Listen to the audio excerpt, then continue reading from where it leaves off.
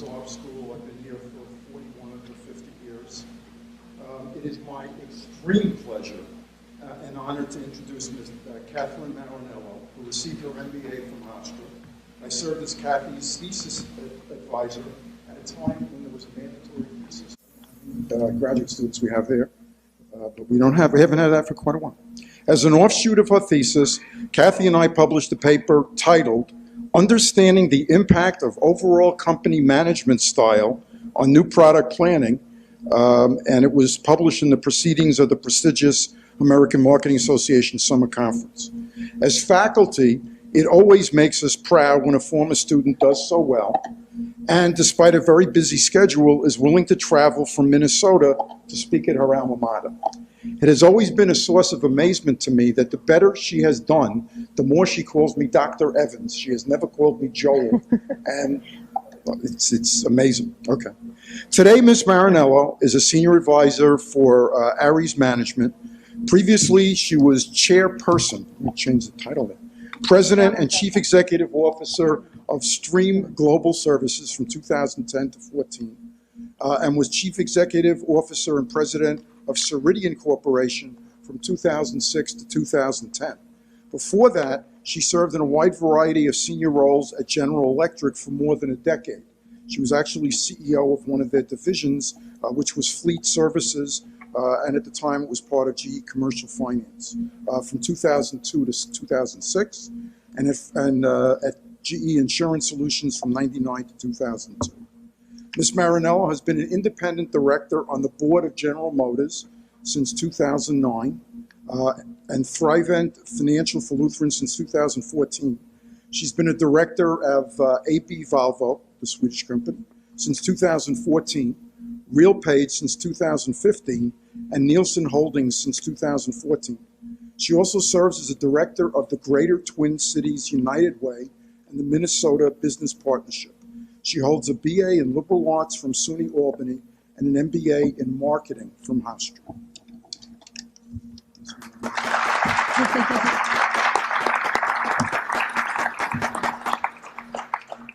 Thank you for having me here, and it's a pleasure to participate in the celebration of the Zarb School of Business 50th anniversary.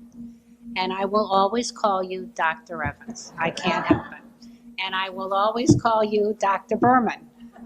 And maybe I can start there by answering two questions, which is why was I invited here, and why did I accept the invitation?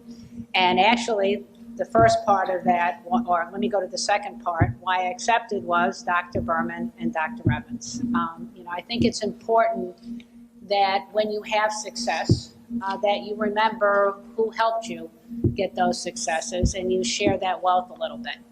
And why I came here today, and I've told Dr. Evans, whenever he calls, so don't call too much, whenever he calls, I'll come, because I owe a lot to him. And I owe why I was invited really to both Dr. Berman and Dr. Evans. And maybe I'll share, and maybe that's an important story to tell everybody here, both the educators as well as the students and the alumni.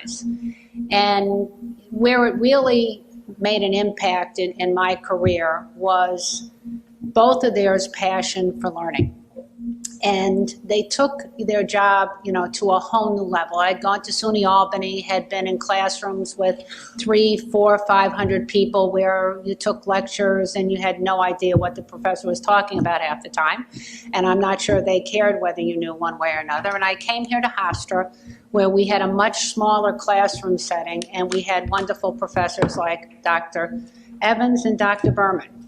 And what they instilled in me by example was a real passion for learning. But more importantly, the importance of sharing that passion with others and making sure those others share the experiences and the gifts they gave you with others along the way as you become successful. And so when I moved out into the business world, which I have to tell the story of how that happened, Dr. Evans, in his constant search to learn about new things, new businesses, new industry, had this amazing insight to me. He goes, the banks are doing this new thing called Visa cards. And I think it's a good product and it might take off. They're hiring a lot of people, and they might actually hire a woman. You did say that. You might have a shot as a woman getting hired, right? So I took his advice. I looked for ads, and sure enough, there was an ad, Visa Barclays. I interviewed, I got the job. And thank heavens, I basically rode that wave and that explosion of opportunity in the banks. I went from Barclays to Citibank to JP Morgan and to GE Capital.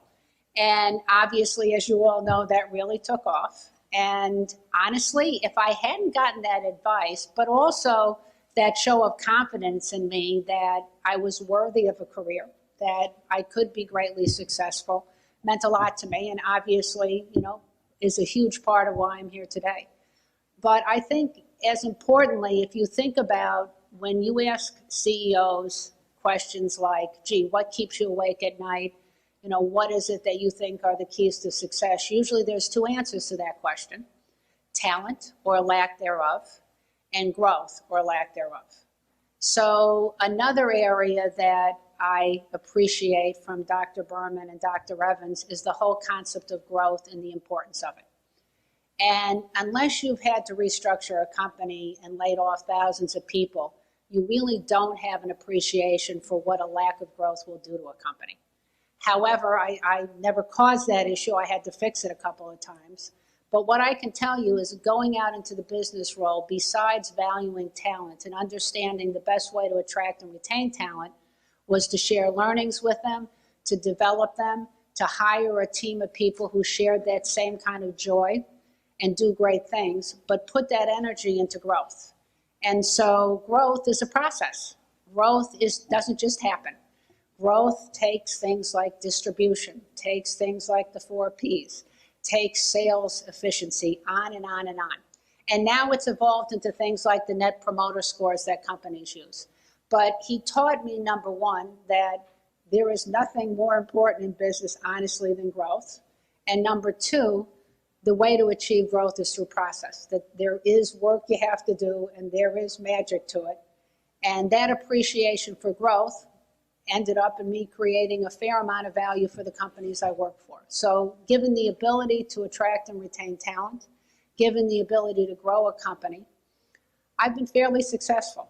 Now I sit on boards like General Motors and Volvo, Nielsen, big information company, RealPage, an internet company, so it's a fairly wide variety of boards. And what I can tell you is what companies care about and will care about 30 years from now and have cared about for the last 30 years is shareholder value. And what that is about is how do you create value, and once you've created that value, what do you do with it? And BlackRock just put out a letter to all the big companies that they invest in, and they do long-term investing, basically saying, we want to understand your capital strategy. And what they wanted to focus on was not how much stock repurchasing we're doing, not how much dividends we're paying out, but how much are we reinvesting back into our companies to grow our companies? How much are we putting back into that capital to drive long-term sustainable growth? And you can't do that unless you understand marketing, sales, distribution, the things that I learned in my MBA degree. So I think what made me successful, or the foundations that I got here that made me successful and why I was invited to talk here today, are going to be out there 30 years from now. That's not going to change.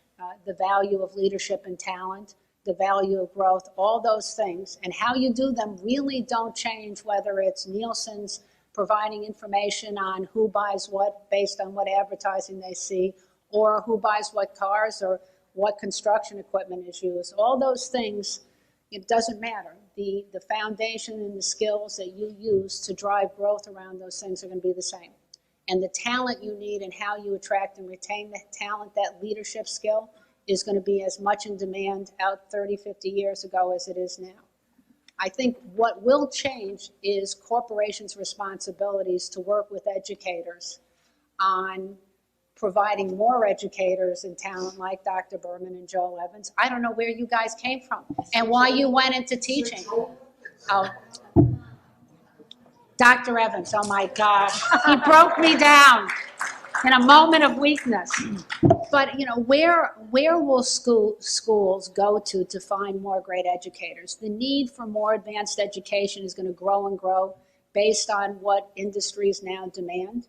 Where are we going to get these talented professors that are going to make huge differences in how we go about running these businesses? I think that's going to be a huge issue. How do companies collaborate and work with the schools and the educators on the curriculum as well as the talent that provides that curriculum? And I think that's probably a change that's coming, and it'll come out of the huge gap between the demands our companies have and our ability to meet those demands from the B schools. So with that, I'm here because of what you guys taught me and a lot of hard work in between. And I'll come back again when you ask. Just don't ask too many times. Thank you.